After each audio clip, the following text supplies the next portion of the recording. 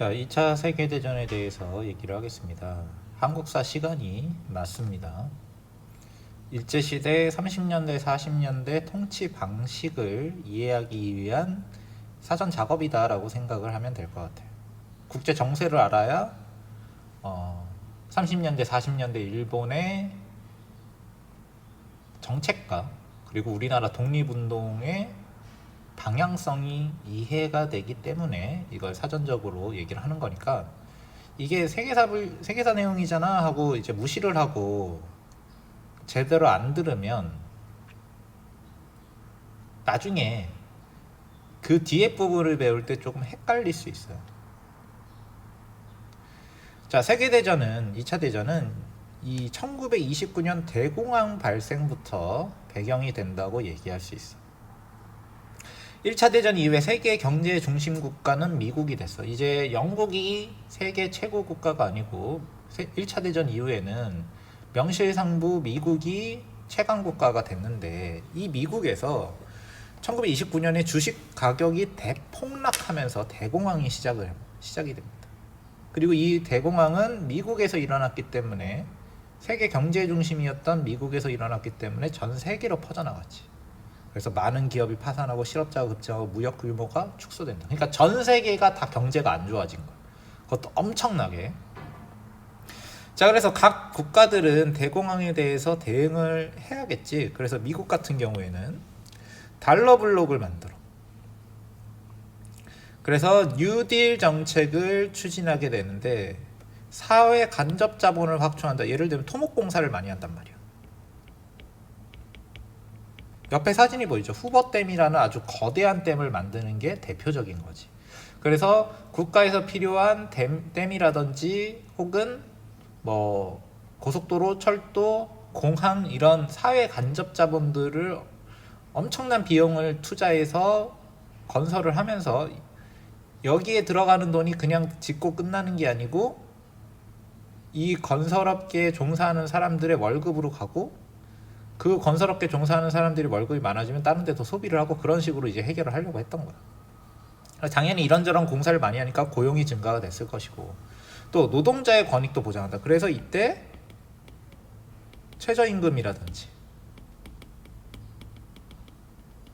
근무 시간을 제한한다든지 이런 것들이 일어난단 말이지. 그래서 이 후보 때문에 지금도 미국 서부에서 아주 중요하게 사용되고 있는 댐인 거고. 자, 영국 같은 경우에는 영연방의 경제적인 유대를 강화해서 파운드 블록을 형성했어. 그러니까 영국이나 프랑스 같은 나라들은 식민지가 많으니까 그 식민지끼리 똘똘 뭉쳐서, 본국가 식민지가 똘똘 뭉쳐서 하나의 경제권을 형성해서 그 경제권을 통해서 대공황의 위기를 벗어나려고 했던 거야.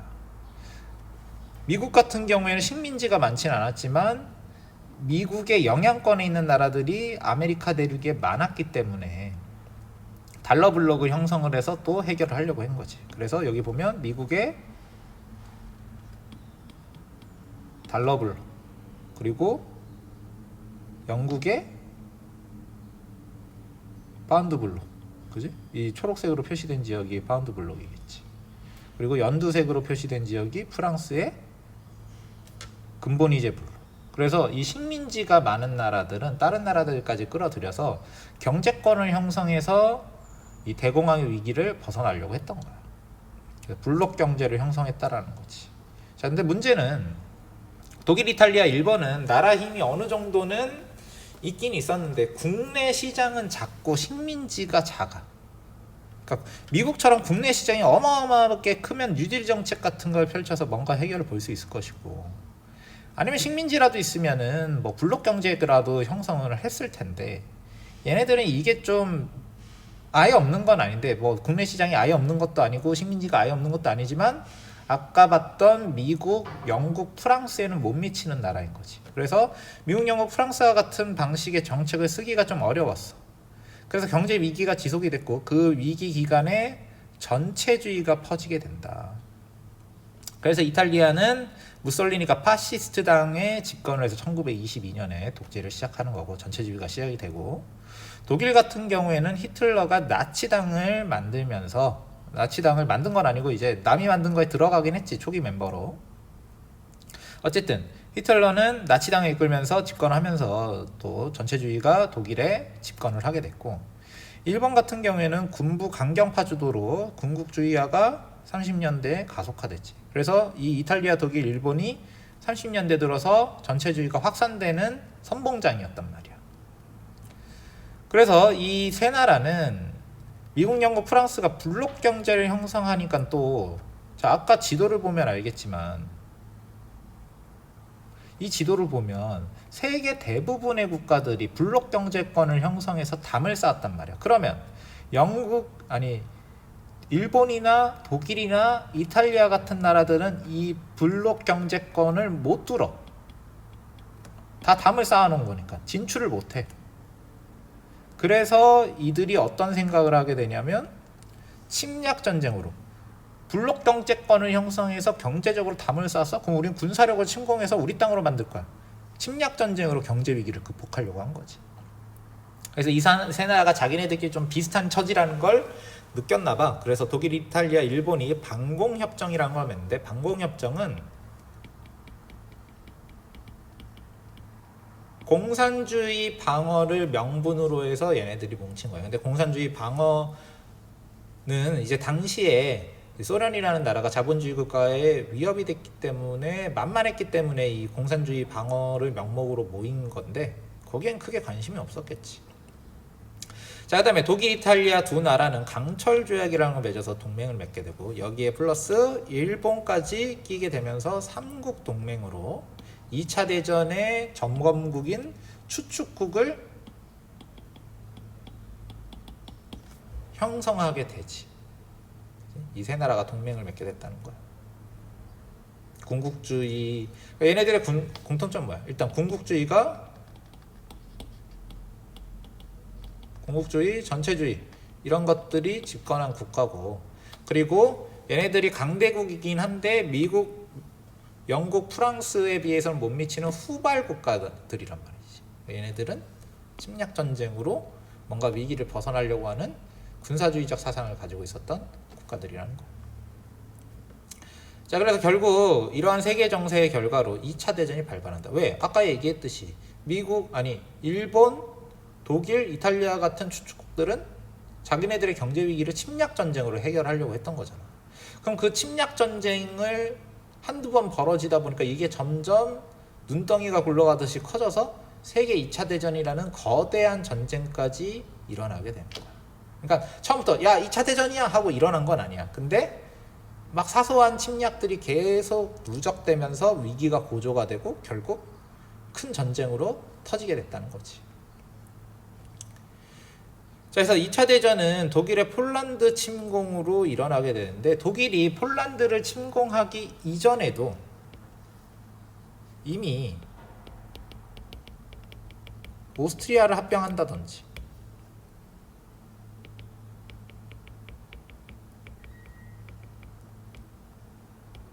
체코슬로바키아를 점령한다든지 이런 침략 행위를 계속했단 말이야. 위기가 고조되고 있던 와중에 폴란드까지 침공을 하게 되니까 영국과 프랑스 같은 나라들이 독일에게 선전포고를 한단 말이지. 안 되겠다, 너 전쟁하자. 그 전까지는 막 달래려고 했는데 이제 도저히 안 되겠다고 생각을 한 거야. 그래서 2차 대전이 발발하게 되지. 독일은 1939년에, 지금 나오는 지도는 1939년의 지도인데, 여기 보면 폴란드가 이렇게 있었단 말이야. 폴란드가 이렇게 되어 있었는데 반띵해버리지. 그치? 반은 소련이 먹고 반은 독일이 먹었단 말이야. 그러니까 이 두 나라가 지금 동맹을 맺은 상태. 동맹이라기보다는 불가침 조약을 맺었어. 그래서 이렇게 됐던 거야.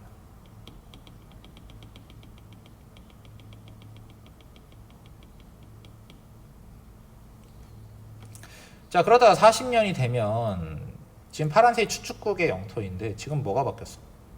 39년과 40년, 39년, 40년. 지금 독일이 프랑스까지 점령을 해버리지. 그리고 발칸반도와 아프리카까지 진군을 하고, 그리고 아까 얘기했던 불가침 조약 이걸 깨버리고 1941년에는 소련까지 침공을 해서 소련 영토를 막 또 차지하게 된단 말이에요.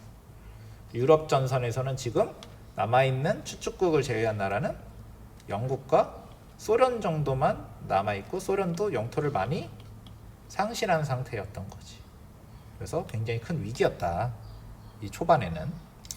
자, 그럼 일본은 어땠느냐? 일본은 이미 1931년에 만주사변을 일으켜서 우리나라 북쪽에 있는 만주를 점령하고 꼭두각시 국가인 만주국을 세웠어. 그래서 이 시기에 우리나라 요 지역에도 병참기지를 만드는 병참기지화 정책을 펼치게 돼. 왜? 얘네들이 위로 치고 올라갔잖아. 그지? 그 나중에는 중국까지 쳐들어갈 생각을 했겠지. 그럼 당연히 우리나라를 병참기지로 만들려는 생각을 했을 거야. 자, 그래서 국제연맹에서는 일본의 만주 철수를 결정해서 야, 니네 일본이 만주국을 이렇게 차지하고 만든 거는 이치에 어긋난다 이렇게 하니까 일본은 아예 국제연맹을 탈퇴해버려. 그때부터 33년 이후에 어떻게 됐어?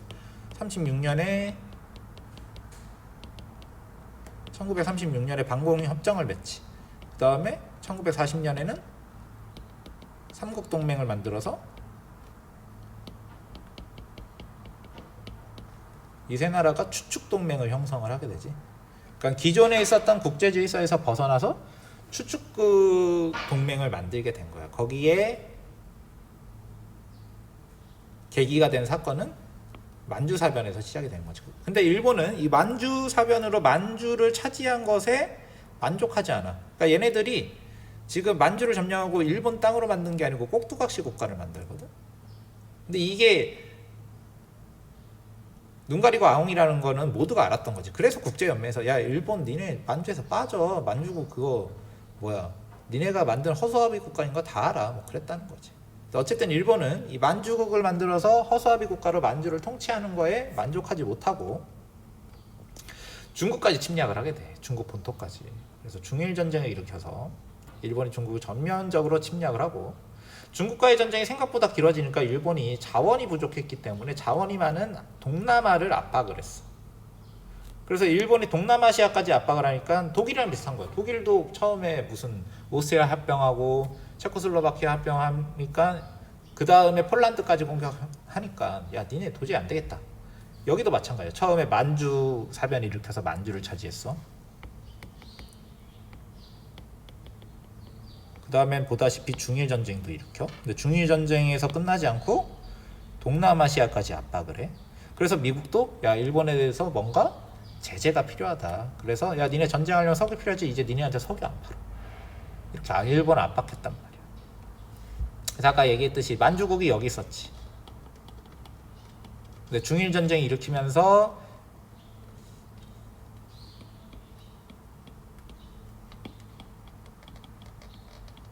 일본이 이 중국 땅을 많이 차지한단 말이야. 근데 이걸로 좀 더 설명을 해. 여기가 만주국이지. 근데 여기에 만족하지 않고 중일전쟁을 일으켜. 근데 전쟁이 길어지니까 일본이 자원이 부족하니까 자원이 풍부한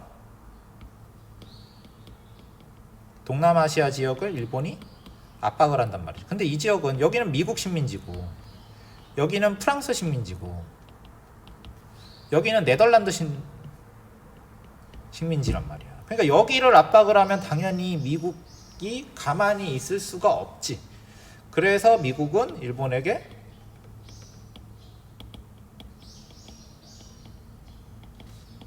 석유 수출을 중단하는 압박을 넣었단 말이야. 마치 지금 대북 제재하듯이 압박을 넣었단 말이지. 근데 일본은 이렇게 미국이 압박을 넣으니까 아예 미국하고 전쟁을 일으켜버려. 그래서 하와이의 진주만을 기습 공격하면서 태평양 전쟁을 일으키게 된다. 1940년에. 그러니까 지금 일본이 1931년에 만주사변을 일으키고 1937년에 중일전쟁을 일으키고, 근데 중일전쟁이 안 끝났는데 1941년에 미국을 공격해서 태평양 전쟁을 일으키는 거지. 이런 상황이니까 우리나라에 이제 나중에 뭐 병참기지화 정책이라든지 민족말살 정책이라든지 아니면은 뭐 전쟁을 위한 수탈을 많이 하게 되거든. 이렇게 전쟁을 계속 벌이니까 우리나라에서 30년대 후반부터 정책이 바뀌게 되는 거예요. 자, 어쨌든 41년 12월에 이런 일이 벌어졌고, 자, 아시아 태평양 지역도 세계대전의 일부로서 휘말리게 되지. 왜냐면 일본은 이미 독일이랑 동맹을 맺었기 때문에 독일은 지금 유럽에서 세계대전을 한창 일으키고 있을 때잖아. 일본까지 세계대전의 한복판에 끼어들게 되는 거지. 중일전쟁까지는 세계대전의 일부로서 들어간 건 아니야. 그냥 중국이랑 일본이랑 전쟁하는 거였어. 미국이 좀 도와주긴 했지만. 근데 미국을 본격적으로 공격하면서 미국이 세계대전에 참전하는 계기가 되었고, 당연히 일본과의 전쟁인 태평양 전쟁, 그리고 아직 끝나지 않은 중일 전쟁도 세계대전의 일부로 편입이 된다라는 거지. 자, 그래서 초기에는 이 태평양 전쟁에서 일본이 기습 공격을 했기 때문에 유리했겠지. 자, 그러다가 미국이 미드웨이 해전으로 승리하면서 전세를 역전했어. 이제 미국이 전세를 역전해 미국 쪽으로 유리해졌다는 얘기야. 자, 유럽에서도 연합군의 공격으로 이탈리아, 독일이 1945년 5월에 항복을 하게 된다. 이제 남은 나라는 일본밖에 없어. 근데 일본이 계속 항전을 하니까 미국이 일본의 원자폭탄을 2차례 투하해서 히로시마와 나가사키.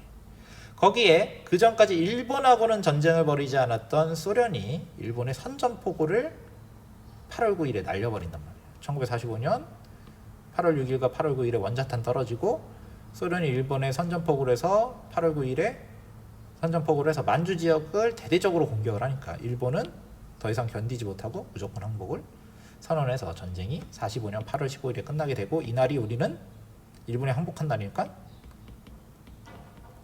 광복절이라고 기념을 하게 되지. 자, 하지만 이 세계대전의 결과는 아주 참혹했지. 그래서 희생자가 수천만 명이나 되고 무고한 민간인 학살하는 경우가 너무 많았고, 그리고 대량 살상 무기, 아까 봤던 원자폭탄 같은 것도 개발됐고, 인간의 존엄성이 짓밟히는 경우가 너무 많았단 말이야. 이 7.32 부대의 유적은 뭐야? 사람을 대상으로 일본인들이 생체 실험을 했단 말이야. 그리고 이거는 중국 땅에서 중일전쟁 기간에 일본인들이 중국인을 대학살해버렸지. 난징 대학살. 거의 30만 명 가까이 되는 사람들을 그러니까 전쟁 중에, 전투 중에 사람이 죽은 게 아니고 전투가 다 끝난 다음에 포로나 민간인들을 학살한 거란 말이야. 그 다음에 독일 같은 경우에는 유태인을 학살하게 되지. 아우슈비츠에서. 그래서 이런 아주 어두운 면이 있었다. 어찌됐건 지금 배운 걸 토대로 우리는 만주사변, 중일전쟁,